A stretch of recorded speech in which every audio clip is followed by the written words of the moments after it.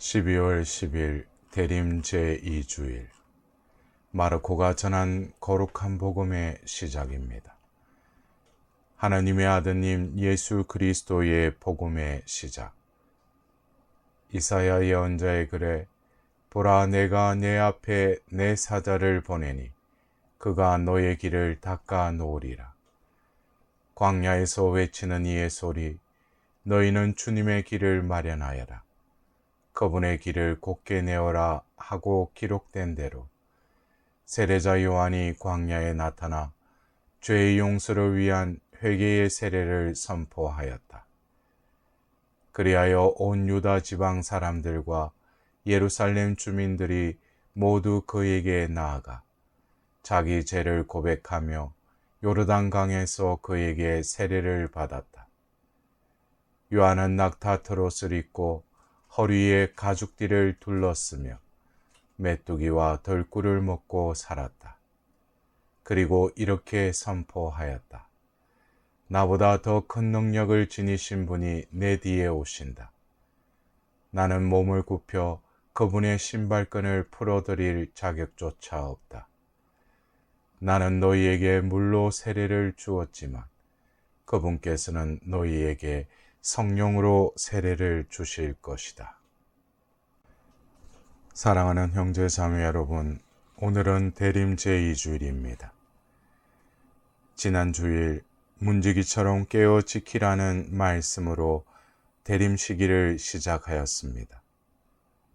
오늘 대림 제2주일 말씀은 깨어 기다려야 할 이유를 들려줍니다.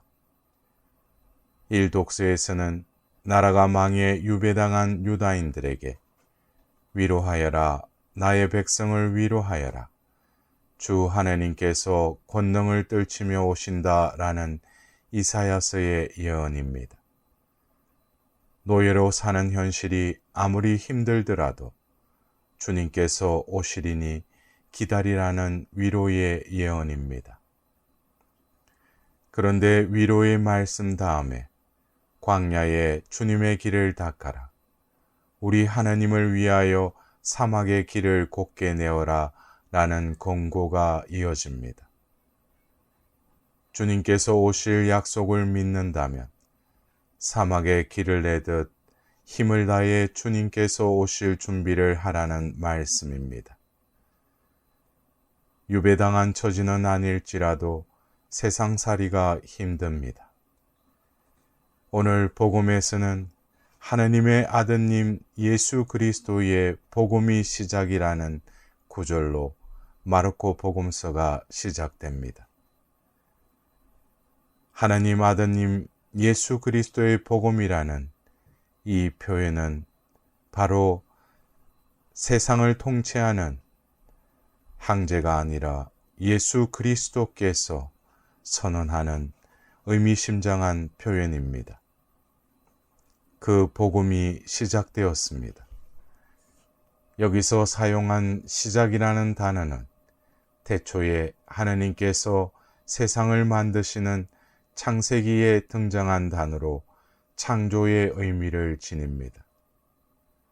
하나님께서 창조하신 세상과 인간이 타락하여 노예처럼 굴욕을 당하고 있지만 예수 그리스도를 통하여 새로운 시작, 새로운 창조가 이루어진다는 선언입니다.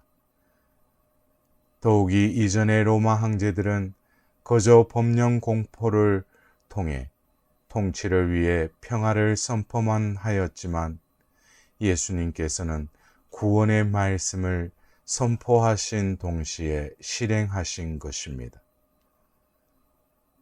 세상의 주인은 황제가 아니라 하나님이시고 그 하나님께 예수 그리스도를 통해 새로운 창조를 시작하셨다는 참으로 기쁜 소식이 선포되었습니다.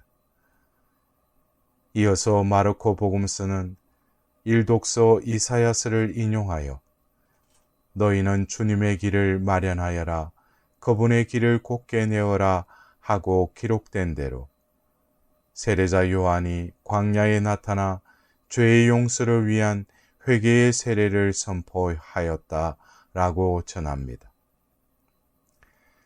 사막에 길을 내듯 힘을 다해 주님께 오실 길을 닦는 것이 회개라는 말씀입니다. 이어서 사람들이 회개하며 죄를 고백하자 요한은 세례를 주었다고 전합니다. 회개는 단순히 윤리적 차원에서 죄를 뉘우치는 것을 넘어서서 영성적 차원에서 삶의 정화를 뜻합니다.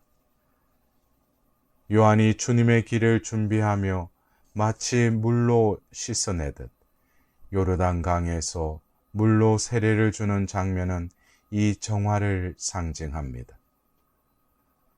영성신학에서는 하느님을 만나는 과정을 정화와 조명과 일치의 3단계로 설명합니다. 캄캄한 곳에서는 길을 찾을 수 없습니다. 하나님의 빛으로 조명을 받아야 주님께 가는 길이 열립니다. 그 길을 통해 하나님과 일치하면 영원한 행복을 누립니다. 그런데 조명이나 일치는 그에 앞서 정화 없이는 불가능합니다.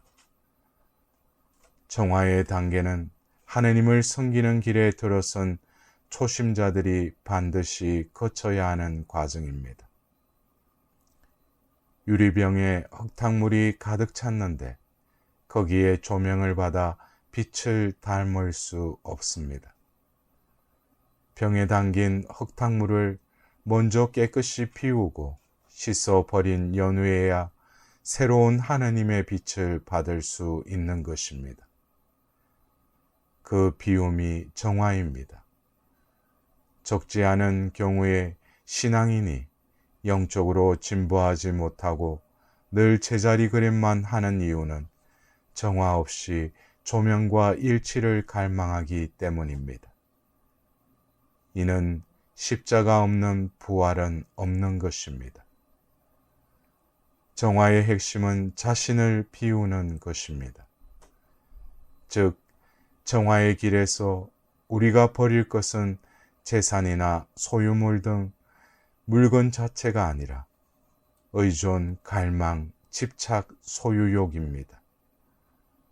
십자가의 성료와는 정화되지 않은 집착이나 욕망이 우리를 괴롭히고 어둡게 하고 눈멀게 하고 불결하게 하며 약화시키며 하나님께 가는 길을 가로막는다고 가르칩니다. 사람이든 재산이든 명예든 취미든 하나님이 아닌 것에 대한 의존과 집착을 버릴 때 정화가 일어나고 불안에서 벗어나게 되는 것입니다. 불안이나 걱정은 집착의 결과이기 때문입니다. 집착과 소유욕을 비운 정화에서 비로소 인간은 자유로워지고 하나님께서 창조하신 본래 모습을 회복하게 됩니다. 하나님은 그때 우리에게 오십니다. 이러한 정화, 비움이 사막의 길을 내는 작업으로 하나님께서 오실 길의 준비 작업입니다. 그렇다면 구체적으로 무엇을 비워야 할까요? 우리 각자가 무엇 때문에 불안한지, 왜 걱정하는지, 우리 안에 무엇이 들어있는지 살펴보면 알게 됩니다. 자신을 살펴 드러난 모습을 바라보아야 하는 것입니다. 심술궂고 옹졸하고 이기적이고 경쟁심 많고 인색하고 음해하기 좋아하고 의심 많고 앙심을 품으며 비판을 잘하고 죄책감이 많고 떳떳하지 못하고 자만심 강한 모습을 주님 앞에서 내려놓아야 할 것입니다. 내가 내려놓는 만큼 내가 정화됩니다. 집착과 욕망을 정화하라는 초대는 어둠에서 빛으로, 걱정에서 기쁨으로 해방되라는 초대입니다. 세례를 받으며 요르단 강물에 잠기듯 모든 부정을 은총의 물 속에 씻어 정화해야 하는 것입니다. 그렇게 자신을 정화하며 기다리면 주님께서 오십니다. 사랑하는 형제 자매 여러분, 아침에 눈을 뜨며 나의 뜻이 아닌 주님의 섭리가 하루를 이끄시길 기도하는 비움에서 주님께서 오십니다. 이런저런 사건을 겪으며 마음에서 나의 욕망과 의지가 솟구쳐 올라올 때 내 뜻을 내려놓고 주님의 손길을 기다릴 때 하느님께서 우리에게 오십니다. 그러한 자기 비움, 정화, 회개의 결과는 참으로 놀라운 것입니다. 이번 한 주간도 세례자 요한과 같이 이 복된 대림 시기에 주님께서 오시는 길을 닦는 복된 시간이 되시길 기원드립니다.